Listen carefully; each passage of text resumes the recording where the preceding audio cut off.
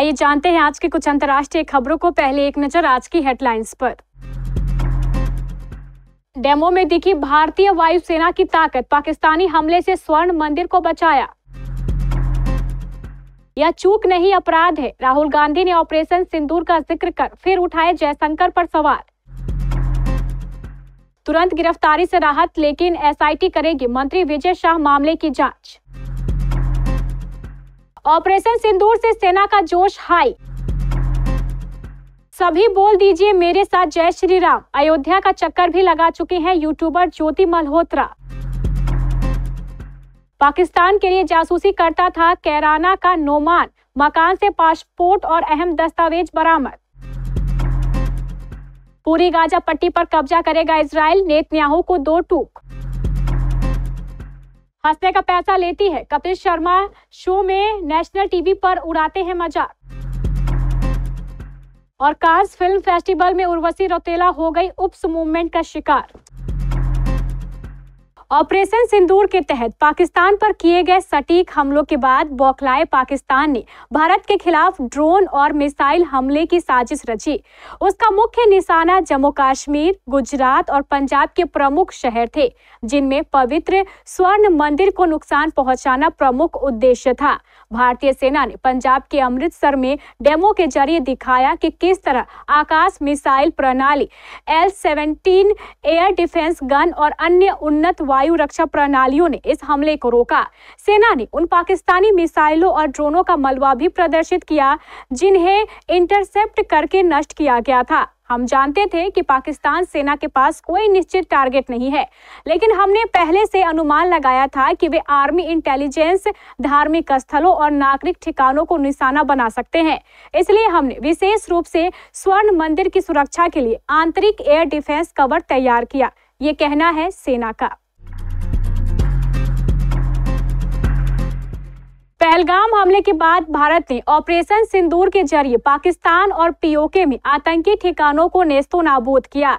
इस पूरे ऑपरेशन को लेकर राहुल गांधी ने एक बार फिर विदेश मंत्री एस जयशंकर को घेरते हुए सवाल किया है। कांग्रेस नेता राहुल गांधी ने कहा है कि विदेश मंत्री एस जयशंकर चुप है, उनकी यह चुप्पी बहुत कुछ कह रही है, ये निंदनीय है। इसलिए मैं दोबारा पूछूंगा कि पाकिस्तान को हमले का पता होने की वजह से हमने कितने एयरक्राफ्ट खो दिए। यह सिर्फ चूक नहीं थी, यह अपराध था और देश को सच्चाई जानने का हक है। इससे पहले भी राहुल गांधी ने कहा था कि हमला करने से पहले पाकिस्तान को बताना एक अपराध है। विदेश मंत्री ने सार्वजनिक तौर पर इसे स्वीकार किया है। इसकी मंजूरी किसने दी? हमने कितने एयरक्राफ्ट खोए?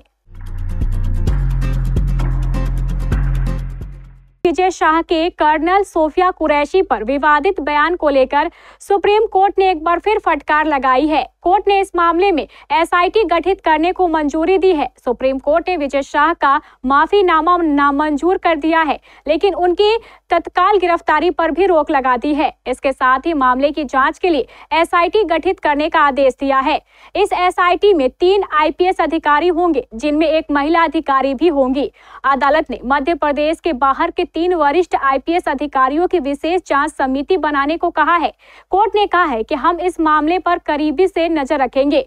इस संबंध में मध्य प्रदेश सरकार को नोटिस जारी किया गया है। अदालत ने कहा है कि हम एसआईटी को निर्देश देते हैं कि वह इस जांच के नतीजे स्टेट रिपोर्ट के जरिए पेश करे। इस मामले पर एसआईटी पहली रिपोर्ट 28 मई को पेश करेगी। ऑपरेशन सिंदूर अभी खत्म नहीं, सिर्फ स्थगित हुआ है। भारतीय सेना का यह बयान दुश्मन के लिए एक चेतावनी है। वो दुश्मन जो अभी भी 7 मई की रात को याद करके खौफ से भर जाता है। ऑपरेशन सिंदूर के दौरान भारतीय सेना ने पाकिस्तानी हवाई हमलों और ड्रोन को आकाश एयर डिफेंस सिस्टम से विफल किया।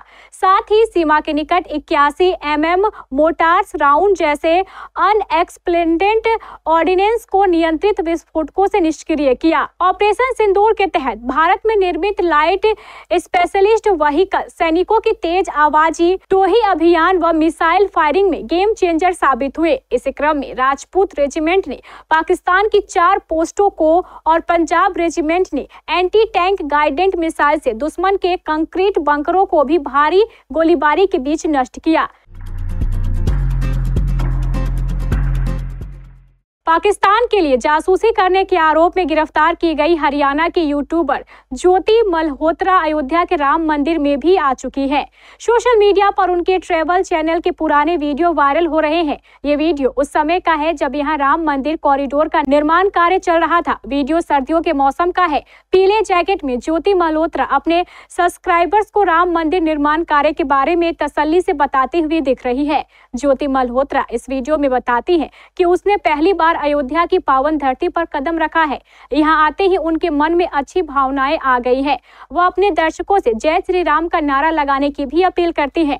आपको बता दें कि ज्योति का यूट्यूब चैनल ट्रेवल विद जो 3.77 लाख सब्सक्राइबर्स के साथ लोकप्रिय है और इंस्टाग्राम पर उनके 1.31 लाख फॉलोअर्स है। ज्योति का इंस्टाग्राम अकाउंट बंद कर दिया गया है। जांच में पता चला है कि उसने 2023 में कमीशन एजेंटों के माध्यम से वीजा प्राप्त कर पाकिस्तान की यात्रा की थी। वहां उसकी मुलाकात पाकिस्तानी उच्चायोग के अधिकारी एहसान उर रहीम उर्फ दानी से हुई थी, जिसे हाल ही में भारत से निष्कासित किया गया है। हरियाणा के पानीपत में पाकिस्तान के लिए जासूसी के आरोप में गिरफ्तार किए गए कैराना निवासी नोमान इलाही के घर पर शुक्रवार को पुलिस ने छापेमारी की। पानीपत CIA फर्स्ट की टीम 2 गाड़ियों में नोमान को साथ लेकर कैराना के बाजार बेगमपुरा पहुंची। यहां स्थानीय पुलिस के सहयोग से टीम ने नोमान के बंद मकान का ताला खुलवाया। इसके बाद टीम ने मकान के अंदर करीब 1 घंटे तक तलाशी अभियान चलाया। सूत्रों के अनुसार मकान से अलग अलग लोगों के पासपोर्ट और कई अहम दस्तावेज बरामद हुए हैं, जिन्हें टीम अपने साथ लेकर चली गई। हालांकि पुलिस अधिकारियों ने दस्तावेजों के बारे में कोई आधिकारिक जानकारी नहीं दी है। छापेमारी के दौरान मोहल्ले के लोग गली में जमा हो गए। बाजार में कुछ समय के लिए अफरा तफरी का माहौल बन गया। लोगों को जब यह पता चला कि पकड़ा गया व्यक्ति पाकिस्तान के लिए जासूसी कर रहा था तो लोग हैरान रह गए।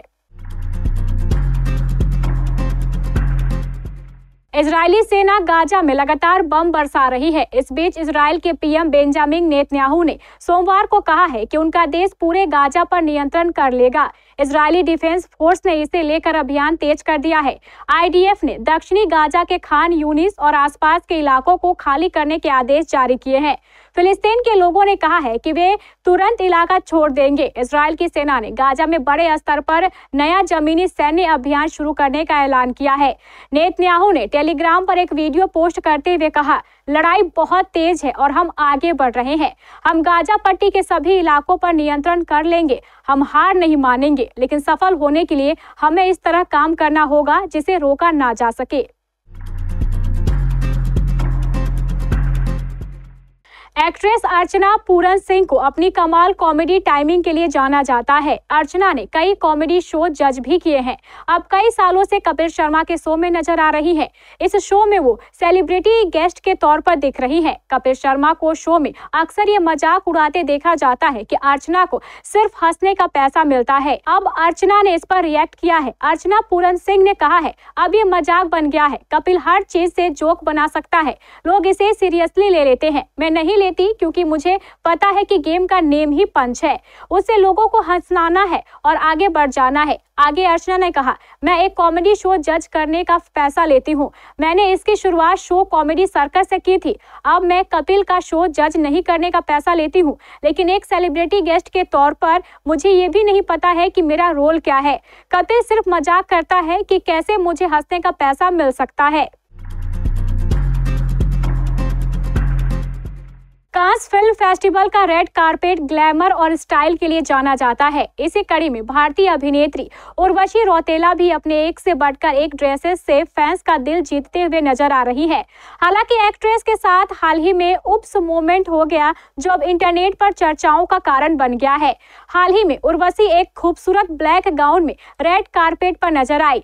अपनी दूसरी मौजूदगी के दौरान इस आउटफिट में अभिनेत्री गजब की लग रही थी। जैसे ही अभिनेत्री आई तो कैमरे तुरंत उनकी ओर घूम गए, लेकिन इसी बीच सभी का ध्यान उर्वशी के ड्रेस के उस हिस्से पर गया जो थोड़ा फटा हुआ था। उर्वशी इस बात से बेखबर होकर कैमरे पर जमकर पोज दे रही थी। वहीं कैमरे में यह उप्स मोमेंट कैद हो गया जो अब तेजी से सोशल मीडिया पर वायरल हो रहा है। इसी मुद्दे को लेकर अब बहस भी छिड़ चुकी है।